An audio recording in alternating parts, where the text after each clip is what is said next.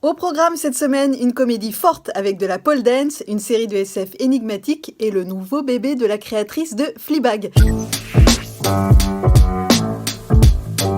Salut à tous et bienvenue dans ce 3e épisode de Y'a quoi de bien version confinement. Notre mission, si vous l'acceptez, vous conseiller des séries et des films disponibles sur les plateformes.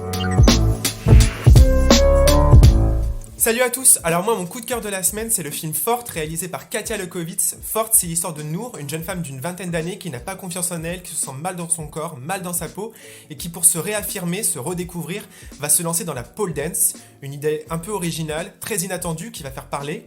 Le film est coécrit et joué par Melra Bedia qui est hilarante et très attachante. Elle est entourée d'Alison Wheeler, de Bastien Huguetto, de Jonathan Cohen et de Valérie Lemercier dans un rôle très particulier.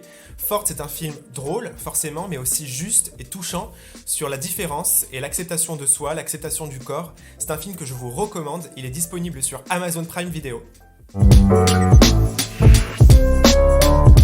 Bonjour à tous, moi j'ai envie de vous recommander Run sur OCS. Run, c'est la nouvelle série produite par Phoebe Waller-Bridge, créée et coécrite par Vicky Jones, son amie et collaboratrice de longue date. C'est l'histoire de Ruby et Billy, deux anciens amants qui se retrouvent. 15 ans auparavant, ils ont fait un pacte. Si l'un d'eux envoie Run par SMS, ils s'engagent à tout quitter ensemble. Avec Run, on embarque donc avec deux acteurs qu'on adore, Merritt Wever et Domhnall Gleeson, dans une course effrénée, rythmée par les dynamiques changeantes entre deux personnages aussi attachants que mystérieux, des dialogues toujours teintés d'humour noir et une écriture résolument féministe. Salut à tous, moi je vais vous recommander la série Tales from the Loop qui est disponible sur Amazon Prime Video. Alors c'est une série de science-fiction uniquement basée sur l'émotion. Elle est absolument sublime visuellement et bouleversante sur le fond, sur la condition humaine.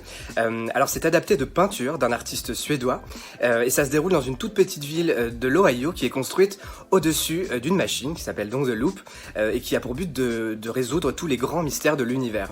Ça fait un peu beaucoup penser au chef-d'œuvre de HBO, de Leftovers. On y retrouve la même délicatesse, la même sensibilité, la même profondeur et la même mélancolie. La musique est belle à pleurer. La façon de filmer les paysages, la nature fait un peu penser à Terrence Malick. C'est doux, c'est réconfortant, c'est un moment suspendu. Ça fait vraiment beaucoup de bien. Ça s'appelle donc Tales from the Loop sur Amazon Prime Video. Merci à tous les trois pour vos conseils. À mon tour de vous faire une reco rapide, ça s'appelle Feel Good, c'est une série en 6 épisodes sur Netflix. C'est une romance LGBT qui parle aussi et surtout d'addiction.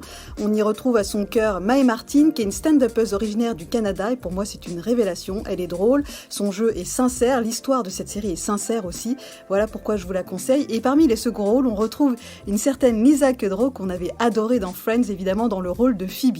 Feel Good sur Netflix, c'est actuellement disponible. Et quant à nous, on vous dit rendez-vous très bientôt pour un nouveau numéro de Y'a quoi de bien version confinement. Et d'ici là, restez chez vous. Salut!